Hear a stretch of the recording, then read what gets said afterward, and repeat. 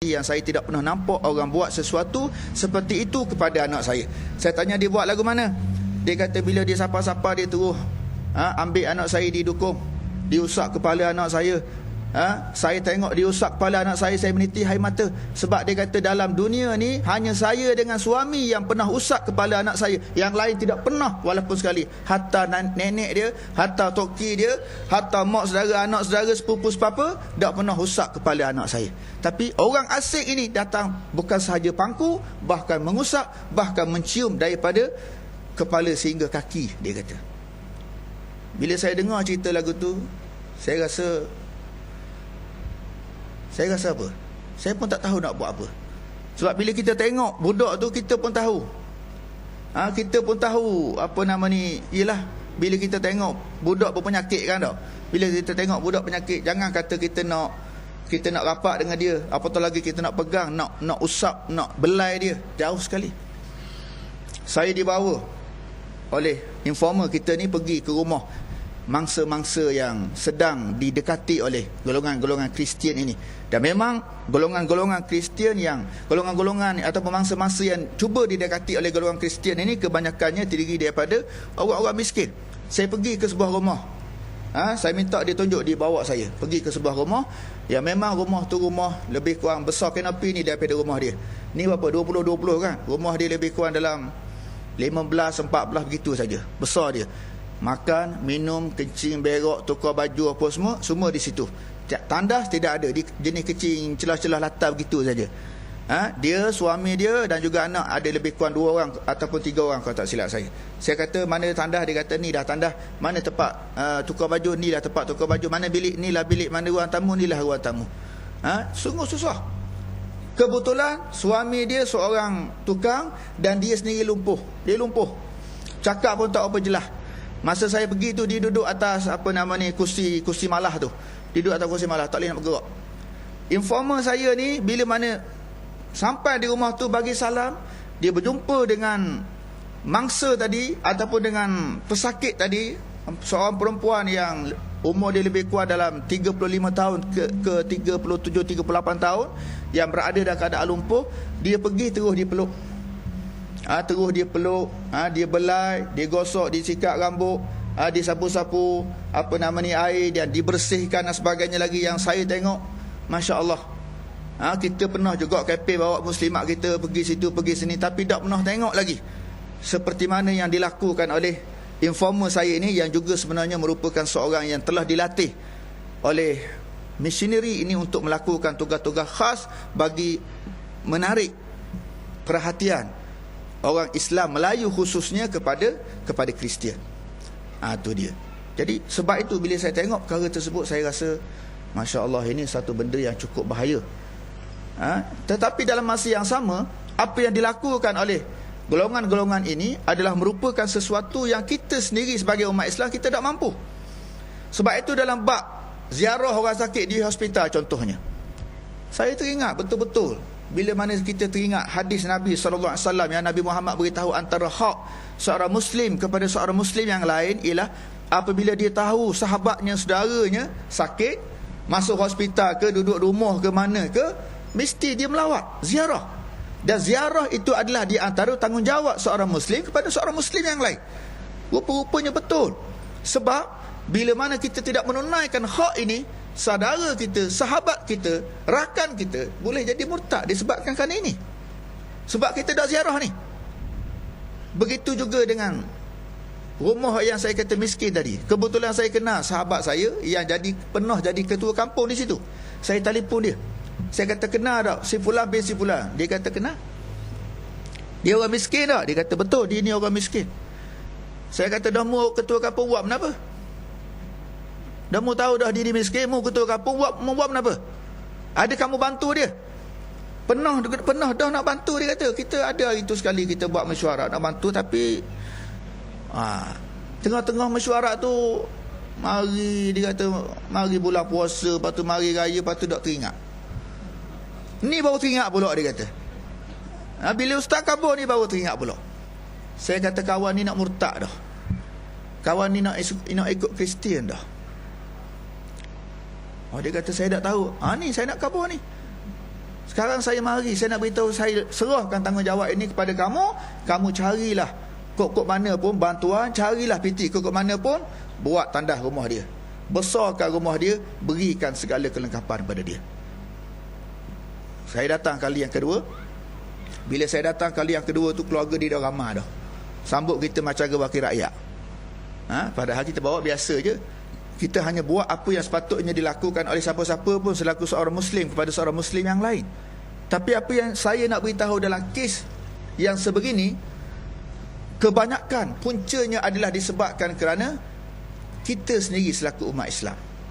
Sebab kita tak cakna, kurang kecaknaan sesama kita. Contoh, saya ambil satu contoh macam dalam di peringkat kita ni, di taman ini, di taman apa ni,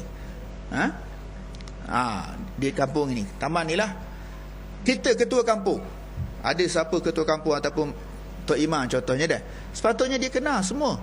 Tidak mesti dia kenal tu kenal muka itu lebih baik, tapi paling kurang dia tahu anak qaryah dia dalam kampung ini, anak taman dia dalam taman ini berapa orang, lagu mana keadaan keluarga mereka, lagu mana dia punya hubungan antara dia dengan keluarga dia ataupun dengan rakan-rakan dia, ada hubungan ataupun tidak, adakah dia ni sebatang kara ataupun macam mana.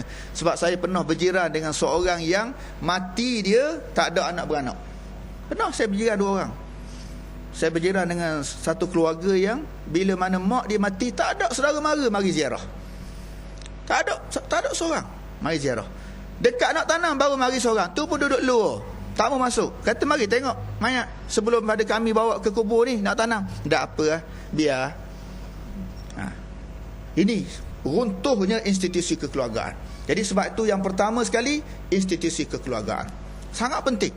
Ada satu kes yang saya berjumpa, seorang remaja umur lebih kurang dalam 17 ataupun 17 tahun. Waktu saya jumpa dia tu, dia baru lebih kurang umur 17 ataupun 18, nak masuk college masa tu. Saya jumpa dia dengan rata dia, dengan subang dia, dengan topi pelik dia, dengan baju macam-macam lah, dengan kasut, dengan kita tengok pun serum. Tapi dia telefon saya, dia kata nak berjumpa. Saya berjumpa. Bila saya berjumpa dengan dia, Aisyah, orang lagu ni nak berjumpa dengan aku. Kata ada apa hal? Dia kata saya benci Islam. Mula-mula berjumpa royak benci Islam. Saya benci Allah. Saya tidak boleh dengar orang baca Quran. Saya kata dah, buat apa jumpa saya? Dah kalau tahu begitu, buat apa jumpa saya? Dia kata tak tahu, rasa nak telefon.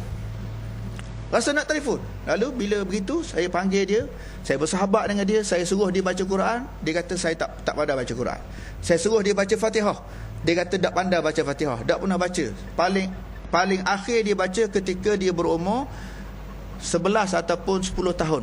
Kali terakhir dia baca. Semayang, tak pernah kenal semayang. Mandi junub, lagi tak tahu apa dia mandi junub. Quran tak tahu, mandi junub tak pernah, dan segala-galanya macam bukan orang Islam. Saya cuba dapatkan telefon mak dia. Akhir sekali dapat berhubung dengan mak dia. Bila bercakap dengan mak dia kata habis ikhtiar dah ustaz, habis ikhtiar dah. Bila saya ni mak ni, dia kata saya ni mak cakap habis ikhtiar dah, dia kata dengan saya ni maki semua, maki seranah, supah seranah, setan, iblis, menatang, semua keluar daripada mulut dia. Malu dia kata saya, tapi tak tahu nak kata dah. Nak agak suami pun lepas tangan begitu je. Suami pun tak cara, dia kata lok saya seorang je. Apa saya nak buat ustaz? Dia kata nak murtad semua. Saya bawa pergi jumpa jabat agama wadak je. Murtad apa murtad? Pegawai jabat agama kata. Ni cerita saya. Saya kata pegawai jabat agama kata lagu tu. Kata lagu tu. Dah tak beri kaunseling. Akhir sekali kita bimbing dia, kita jaga dia, kita tarbiyah dia, kita didik dia. Alhamdulillah. Dekat-dekat 3-4 bulan juga nak boleh ke betul tu. Akhir sekali saya suruh dia mengucap semula. Dia mengucap sebut asyhadu an la ilaha illallah lebih teruk pada ahcong lagi.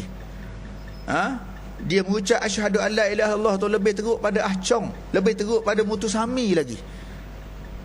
Bila kita ajar dia semayang, masya-Allah, sungguh dahsyat. Dan saya tidak sangka bahawa peristiwa ini berlaku di Terengganu.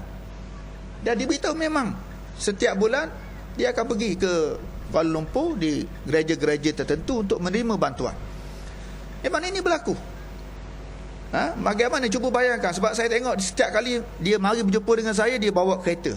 Dan kereta dia bukan kereta Proton Saga, Kancil, Kenari dah. Kereta import, kereta Mazda baru pula tu. Saya kata, mari, mana duit? Dia kata, ada orang bagilah. Bulanan, bayar bulanan. Macam mana? Ada orang support lah, dia kata. Sedangkan dia ni baru nak masuk college. Ini benda-benda yang berlaku. Begitu juga dengan mangsa-mangsa ini. Saya cuba dekati mereka dan saya cuba siasat bagaimana mereka dapat bantuan. Dan saya menyaksikan sendiri dengan mata kepada saya, sama dengan sahabat saya di belakang tu, bagaimana proses pujuk, pengajaran dan juga proses memberikan bantuan. Informer saya beritahu, dia kata, Ustaz, bila saya berjumpa dengan puak-puak missionary ini, mereka begitu baik dengan saya. Mereka layan saya seperti saya seorang manusia. Saya ni susah, dia kata, keluarga susah. Saya kata, dah susah apa dah kerja? Saya kerja. Saya kerja dan saya bekerja. Tapi maklumlah, dengan keadaan sekarang, kenaikan harga barang yang terlalu tinggi ni, gaji pula rendah, harga barang tinggi. Jadi apalah sangat yang duit yang saya dapat untuk nak beli barang nak tampung anak-anak ni. Tak ada. Tetapi Alhamdulillah mereka datang pada saya. Saya kata, bapa awak tak tolak? Sepatutnya awak tolak. Awak cuba kalau cari bekerja pun tak ada. Sepatutnya awak beritahu, minta beras dengan jiran-jiran. Saya kata, minta dah. Dia kata, minta dah. Sekali saya minta, dia beri dengan tangan kanan. 2 kali saya minta, dia beri dengan tangan kanan. 3 kali saya minta, dia beri tangan kanan. Minta kali keempat, dia teruk gitu je. Dia teruk, ambil lah. Beri, tapi beri mecok. Teruk. Atas atas latar. Saya kutip, letak dalam sapu, letak dalam plastik, buat balik rumah. Ingatkan anak rumah tu. Terpaksa tebarkan muka. Tiba-tiba datang orang yang seperti ini, yang tidak pernah maki saya, yang tidak pernah layan saya, dengan kasar, tetapi layan saya dengan baik, sehingga saya tertarik. Dan dia tidak pernah tanya saya berapa yang saya perlukan. Ini antara kelebihan yang ada pada puak-puak ni dah. Dia tak pernah tanya kita, berapa awak nak? Tak pernah tanya. Dia tanya apa? Awak duduk rumah berapa orang? Awak ada anak berapa orang? Saya ada anak 5 orang. Berapa lelaki, berapa perempuan? 3 lelaki, 2 perempuan. Berapa orang dah sekolah, berapa orang masih belum sekolah? Hak sekolah 3 orang. Seorang tu peringkat college, hak seorang ni baru peringkat menengah, hak 2 orang lagi tak sekolah lagi. Ingat, dia tanya saja, rupa-rupa dia tanya tu, dia ambil maklumat. Dia tahu seorang perempuan dengan anak 5 orang, anak seorang tu masuk college, seorang lagi sekolah menengah, 2 orang lagi peringkat rendah, 2 orang lagi belum sekolah. Dia tahu berapa keperluan yang diperlukan oleh keluarga ini. Dia tahu yang sulung itu perempuan, duduk baru nak masuk college. Dia tahu bahawa setiap pelajar college dia perlu pada laptop, dia bagi laptop. Dia tahu bahawa anak ini bila dah masuk college mesti telah datang haid, dia sediakan tuala wanita, sponsor tuala wanita setiap bulan. Dia tahu bahawa setiap pelajar college sekarang ini mesti memiliki paling kurang 1 handphone. Dia berikan handphone, diberikan kredit, top up kredit. Setiap siapa waktunya bunyi ting-ting, tengok RM20 telah dimasukkan ke dalam kredit anda. Tak payah minta, tak payah telefon, tak payah khabar. Dia tahu. Jadi nak cari mana ustaz lagu ni? Saya dengar, saya kata, betul. Kita kalau orang mari jumpa kita, khabar susah, dah mu nak buat apa? Dah, mu nak buat apa? 100 ya. 50 ya. Tapi dia pokok Kristian, dia tak tanya nak buat apa. Dia tanya berapa, lagu mana keadaan keluarga awak, sekolah menengah berapa, sekolah rendah berapa, dak sekolah berapa, laki berapa, puan berapa, awak duduk mana, awak nak pergi mana, semua diselesaikan. Dan saya pernah lihat informer saya ini menerima duit, menerima barang-barang, yang jumlah barang-barang itu begitu banyak. Saya tengok sendiri, dia punggah dalam kereta dan dia pergi untuk membahagikan barang-barang ini ke rumah rakan-rakan dia yang lain. Dan tidak ada balasan yang dia minta pada peringkat awal. Bukan dia ajak hari ni, masuk Kristian, Murtad? Tak.